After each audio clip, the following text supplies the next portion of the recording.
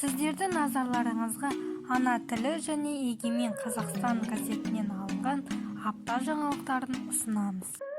Америка құрама штаттарының Қазақстандағы елшілігінің шағын гранттар бағдарламасының қолдауымен әлеуметтік инновациялық және технологияны дамыту орталығы қоғамдық бірлестігі зағип балаларға ерекше балалар үшін ерекше кітаптар жобасы аясында шыққан инновациялық 3D кітаптарды сыйға тартты.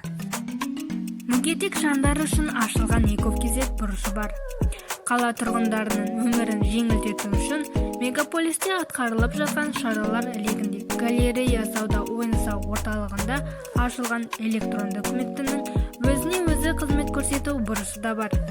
Енді мегаполистегі Атакент айналасының тұрғындары мемлекеттік қызметтерді халыққа қызмет көрсету орталықтарына бармай-ақ ала алады.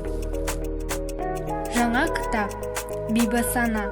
Белгілі жазушы, Қазақстанның еңбек сіңірген қайраткері, Алаш халықаралық әдеби сыйлығының лауреаты, құрмет орденінің иегері, жұртшылыққа қазақтың Тереза анасы, Бибі ана деген есімдерімен таныс Бибігүл Иманғазияның Тауқымет атты романы Бибісана деген атпен түрік әдебиет қорының баспасынан түрік тілінде 1000 данамен басылып шықты. Бибісана романының редакторы және аудармашысы ақын жазушы Имдат Афшар.